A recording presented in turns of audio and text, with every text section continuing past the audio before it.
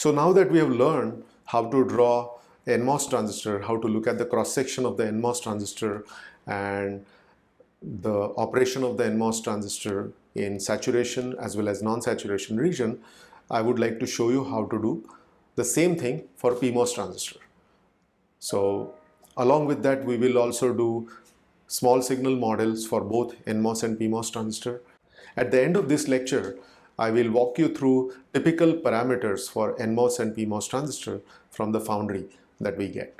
And then using those numbers, how do you come up with some shortcut hand calculation numbers to be used all the time.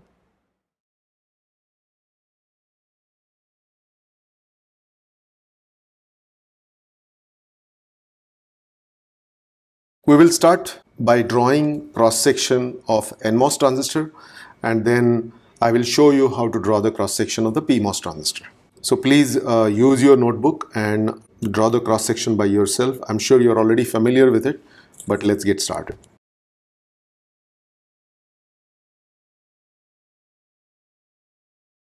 So this is the gate region, N plus drain region and source region.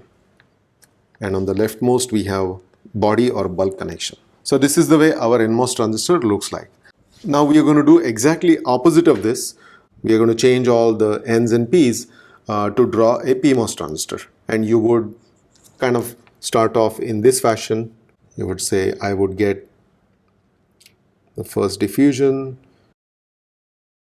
something like this, and this is the gate region for the PMOS, and this has to be P plus, and this is N plus. And you might say that, oh, I will start with a N type of substrate, N minus substrate. However, this is not possible, because if you remember during the first lecture itself, I showed you a wafer, a single wafer. Now that single wafer is what you start off with, something like a P minus substrate, and on that you develop all these different transistors, right? So for developing a PMOS transistor, you cannot have yet another substrate. So what you do then is you create an island for the PMOS transistor as follows. I am intentionally showing you this so that you understand the concept. So we will be starting off with the same. We create an island using well diffusion that looks like this. So we still here also we have P substrate, and inside the P substrate first we lightly dope it with, so we call this N well, and inside the N well we create our PMOS transistor. Now you can see everything fits together. So this is our NMOS transistor and here is our PMOS transistor. So this would be the drain region for PMOS, this would be your source region, and this would be your bulk connection. We also call that as well contact, and bulk over here is called substrate contact. Now this is something that as an electrical or electronics engineer you should be able to draw this in your sleep, in my opinion, because this cross section of a simple NMOS and PMOS transistor on the same wafer is what, you know, our entire IC industry, all the electronics that you're using, it's all based on this. You should be very conversant with it and you should be able to draw this on your own. Let's start doing comparison on the bottom now. I'm going to show you how to draw the symbol for NMOS and PMOS transistor. I'm drawing the transistor in a horizontal manner because that's the way the cross section looks like, and it will be easy for you to correlate to that. So in this case, we say this is our current flow, this would be your source region, this would be the drain region, and this would be your gate. And you show this line like this as a bulk connection or a body connection. So this would be our NMOS transistor. Similarly, we can draw PMOS transistor on the right, The symbol for the PMOS transistor looks like this. Center part is bulk or a well connection. In case of the PMOS, the current is flowing from this direction in this way. So source is denoted by arrow like this. This is the gate and this would be your drain connection. Most of the students learn Nmos really well, but whenever you ask them to draw circuits with PMOS, they fumble quite a lot. Same thing happens when you get familiar with NPN transistors, but as soon as you try to draw PNP, you mess it up. I want to explicitly make sure in the classroom that we go through an example with PMOS. We did something like this with PNP as an example that's given to you so that you can practice on your own. Now in this case we will go through the equations for both NMOS and PMOS. Again, this is kind of like mechanics, but you have to get used to it. You have to make sure you label the nodes correctly. You have to make sure the current directions are proper and things like that. Okay, so let's write equations for both sides. Again, I would like you to practice it in your notebook. So let's first draw how we are going to bias NMOS transistors once more, and we will draw the same for the PMOS transistor, and then we'll do the comparison.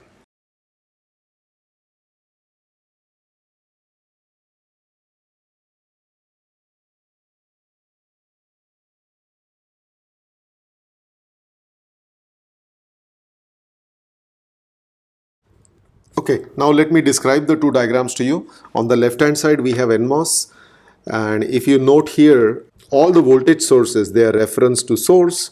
So we call it VGS, VBS and VDS. Okay, and the current is flowing in this direction, so we denote it here as IDS.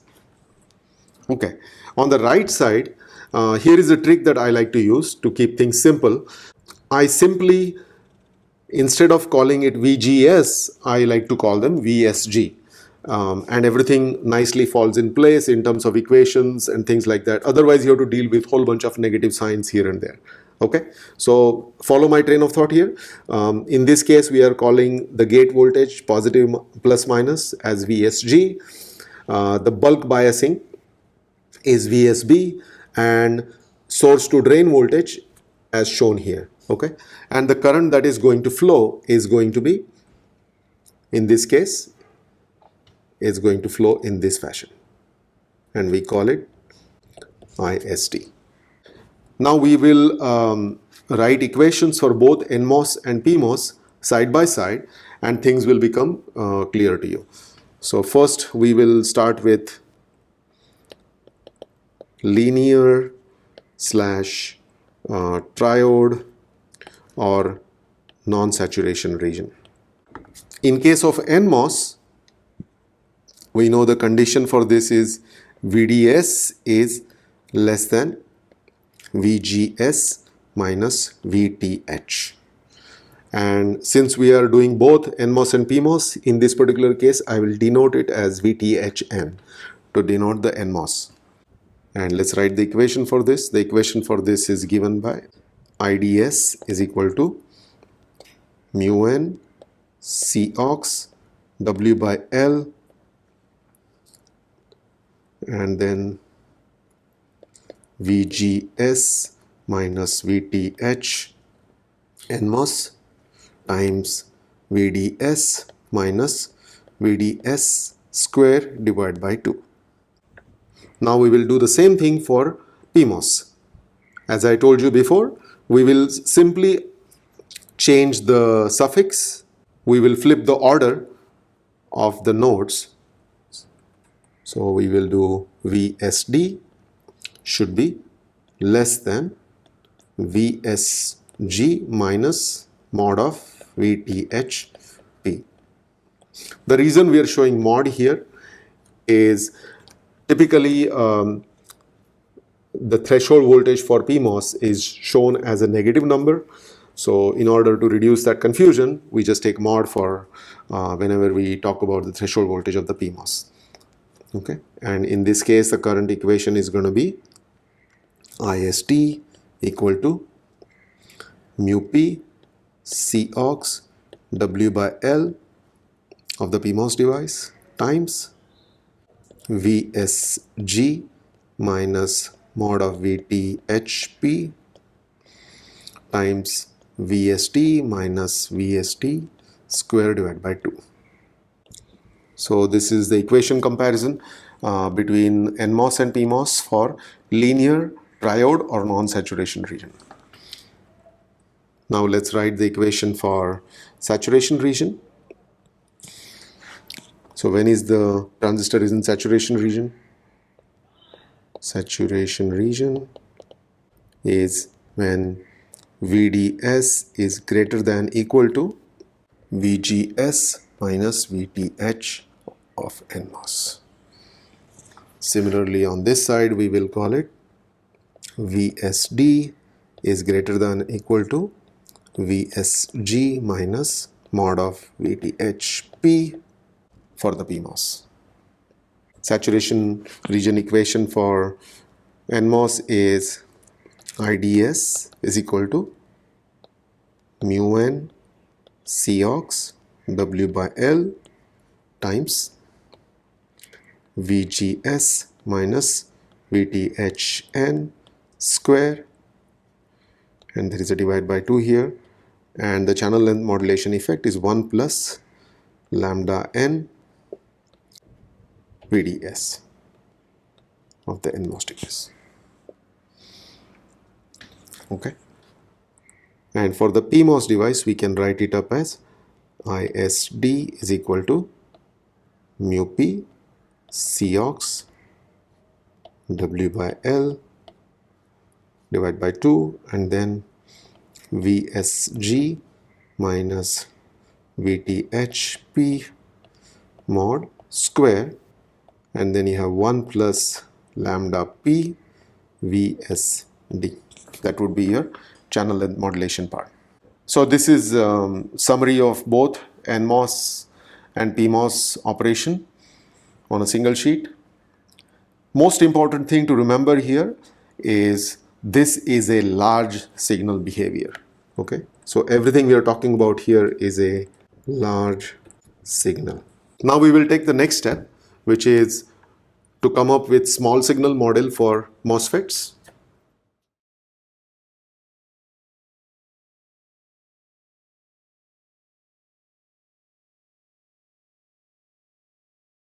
For most application, the bulk is generally connected to the source and we don't explicitly show it. So we will be starting off with a simple schematic like this.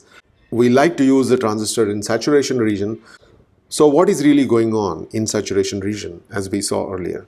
In saturation region, if I change the gate to source voltage, small amount, then we see a change in the drain to source current. Now this is very similar to what we saw in the bipolar transistor, where we changed the base to emitter junction voltage and you saw a huge change in the collector current. So something similar is happening here, and if you remember the analogy that I had given to you earlier, where you have a pipe which is carrying a large diameter pipe which is carrying a lot of water, and just by changing the tap by hand with a really small deviation, you are able to change the flow of the water between one side to other side. Okay, so something similar is happening over here. By changing the gate voltage, we can change the drain to source current. If we change the VGS up or down, then we get IDS that goes up and down, and that's what we desired. Again, here you can see that this behavior looks like a transconductance, and we call that GM. So let's figure out what the transconductance is. We start off with the basic saturation equation. IDS is equal to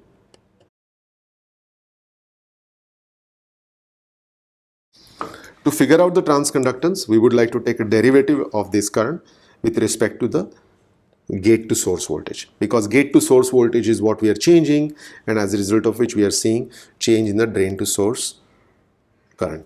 The transconductance GM is given by is equal to del I ds by del VGS when we keep VDS constant, and you can immediately see this is going to be equal to mu n Cox W by L times VGS minus VTH times 1 plus lambda VDS. Now we can take a next step where I can multiply this expression by reciprocal of VGS minus VTH, and then I make a square here, and I can divide this by 2 and I can multiply by 2.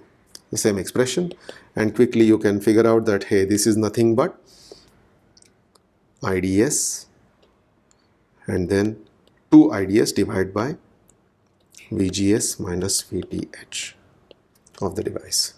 So this is our first expression for the GM of the transistor, MOSFET transistor. Now this expression is exact expression, and in a few minutes you will know why I call it exact, because this includes the channel length modulation effect. So what this is telling me is that if I know what the drain to source current, DC current flowing through the transistor is, and if I know the gate to source DC voltage, then I know what is the transconductance of the device, GM. We can also write a different expression for GM. Let's simplify things a little bit. We'll call it Kn as mu n Cox W by L. IDS is equal to Kn divided by 2 VGS minus VTH square. In this particular case, I am going to ignore the channel length modulation and see what we get. GM is equal to del IDS divided by del VGS, that is equal to Kn times VGS minus VTH. And we also know that from this expression VGS minus VTH is equal to 2 times IDS divided by Kn, square root of that. So we can substitute and we will get GM is equal to Kn times square root of 2 IDS divided by Kn, and this can be written as 2 IDS times Kn, square root of that. So now we have 3 formulas. Let me highlight them. This is one formula for GM. This is third formula for the GM, and we already have one formula here. The way to look at this is the transistor drain to source. There are 3 components deciding the behavior of the transistor. One of them is IDS, one of them is the W by L parameter and mu n Cox, and the third one is VGS. If you know 2 of them, that's good enough to figure out your GM, and you can use different forms of GM depending upon what you know out of them. And we would use the form which is convenient according to the application. The form number 1, which is shown over here, is the exact form, because in this case we have taken into account channel length modulation. In the form number 2 and form number 3, we ignored the channel length modulation to figure out the GM, and for hand calculation purposes is close enough. The values that we are going to substitute here, the IDS and VGS, they are our DC operating point. That is a key thing you have to remember. And GM is a small signal parameter that we are calculating. Okay, so we are calculating small signal parameters using large signal operating point information. Let's compare this to our friend bipolar transistor. If you remember, bipolar transistor has only single form. And what is the bipolar transistor form? Is GM is equal to IC divided by VT. IC is the collector current and VT is 26 millivolts, KT over Q. Okay, these two we can compare with each other in terms of the transconductance of the device. We are going to go into that a little further for comparisons, but this is just a starting point. So based on this, what we know, just this, is the model, small signal model of our device is going to look like this. So from drain to source, we have a current flowing, which is Gm times VGS. Note this V is the voltage at the small signal voltage at the gate for this purpose. Okay, and Gm we calculated based on, for example, 2I ds divided by VGS minus VTH. So IDS and VGS, they are large signal or DC operating point information. Well, this is a very simplistic model. If you look at the transistor equation, IDS, we have change in the current due to drain to source voltage change, and that we can capture by taking a derivative IDS with respect to del VDS for fixed VGS, and that would be given by Kn divided by 2 VGS minus VTH, because this is a fixed quantity, and multiply this by lambda of the device. So we say that this is approximately equal to lambda times IDS, since this part is almost same as large signal IDS value. The output resistance now, R out, that is equal to reciprocal of this quantity, which is del IDS by del VDS, that is going to be equal to 1 divided by lambda IDS. Again, IDS here is a large signal or DC operating point, and this R out that we have is a small signal output resistance. What this is telling us is, if you increase the current IDS, DC operating point current, then our R out small signal output resistance will reduce. Also, it's telling us that if I increase the channel length, if I choose a device with larger L, then what does that do? That will reduce our lambda. This is from the previous lecture, and as a result of it, you will get R out, which is going to increase. And this is all making sense as we discussed earlier. Okay, so next level of the model is going to look like this.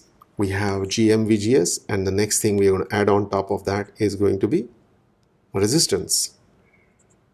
Here, R out, which is equal to 1 divided by lambda IDS. So far we have discussed so many different things about the MOSFET, but all these things we have talked about, they are in equation form. You really need to have feel for numbers.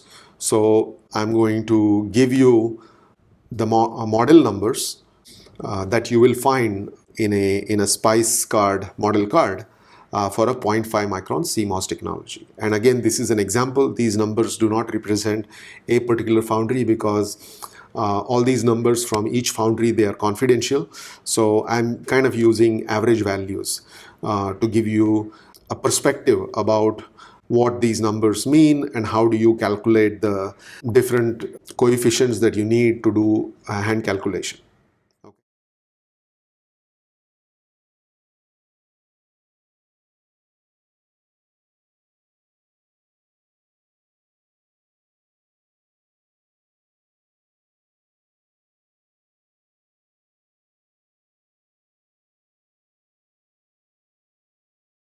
Let's get familiar with all these terms.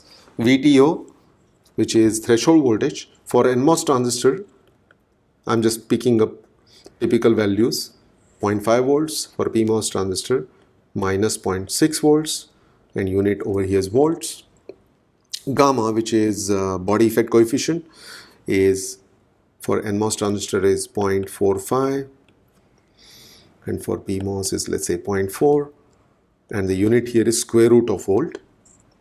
Tox is thickness of the oxide. Angstrom is 10 to the power minus 10 meters.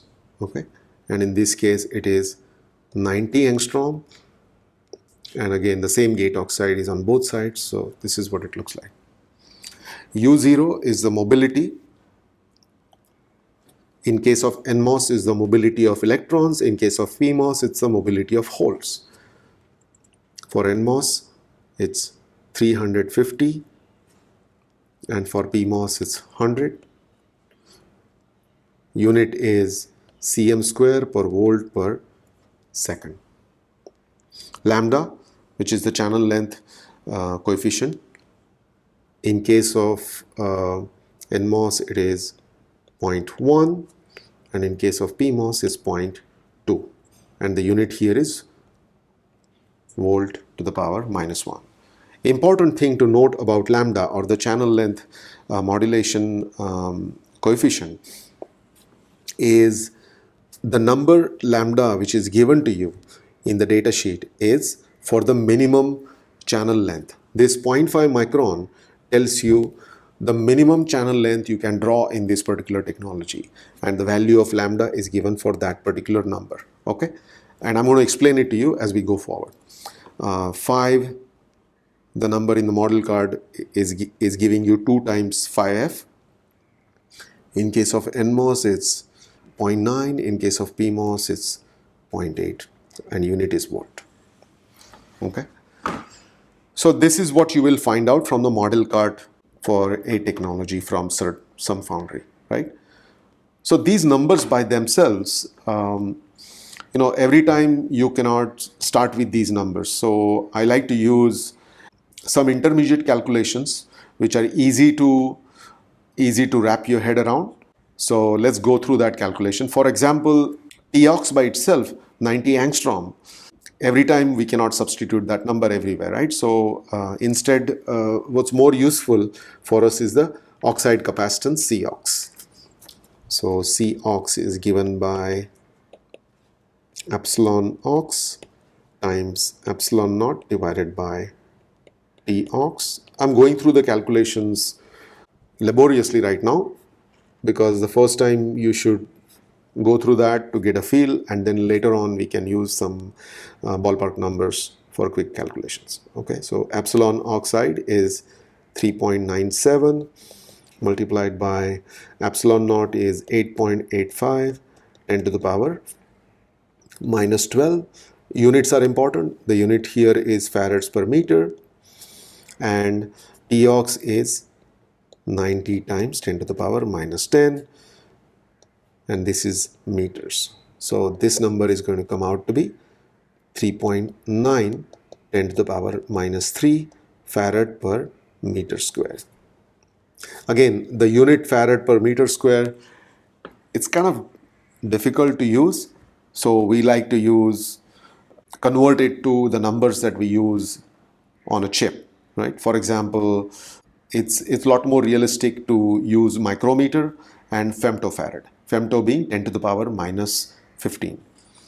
We can say that Cox is equal to 3.9 10 to the power minus 3 multiplied by 10 to the power 15 and divided by 10 to the power 12.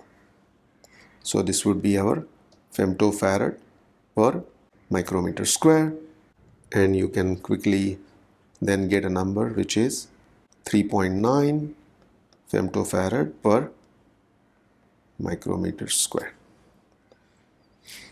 Now this is very useful number, because whenever you draw a transistor, let's say you drew a transistor with a width of 10 microns and length of 1 micron, and we would like to figure out the capacitance of this transistor, the gate capacitance. And here we have a quick number that we can use, which is 10 times 10 micron square, multiply this, and it will be 39 femtofarad that we can use. So this is the reason we like to use these units in this format. Next thing we will play with is the channel length modulation coefficient, lambda. As I had described to you earlier, lambda n in this case is given by 0.1 volts to the power minus 1.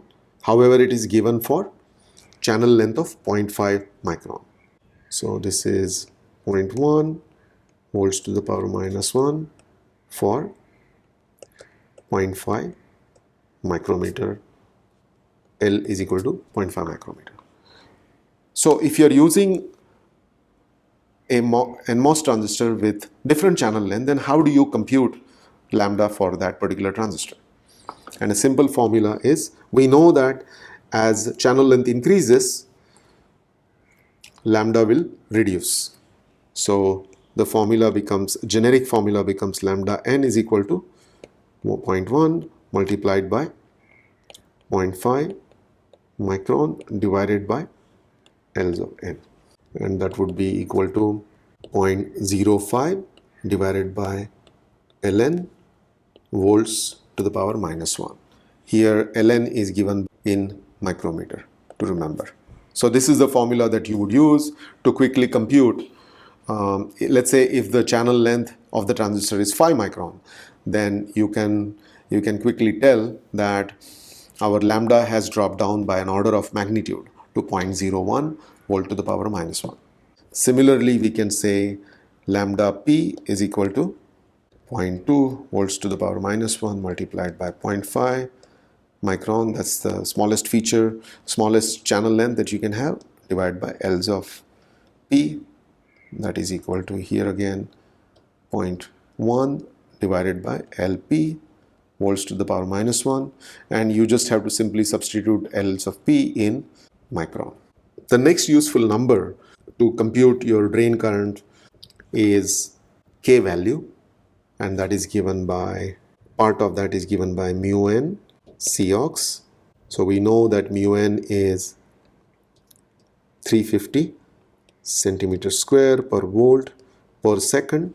Multiply that by 3.9 femtofarad per micrometer square. So we can unravel the units, and it will look like 350 10 to the power minus 4 multiplied by 3.9 10 to the power minus 15 divided by 10 to the power minus 12, and this is going to be amps per volt square, and that is, the number is going to, again, since this is amps is not very useful. Our favorite unit is microamps for doing design on a chip. So we will reformulate this, dividing by 10 to the power 6, and we call it microamps. Sorry, minus 6. And this is going to come out to be equal to 136.5 microamps per volt square. So this is something that you can use in your saturation equation quickly.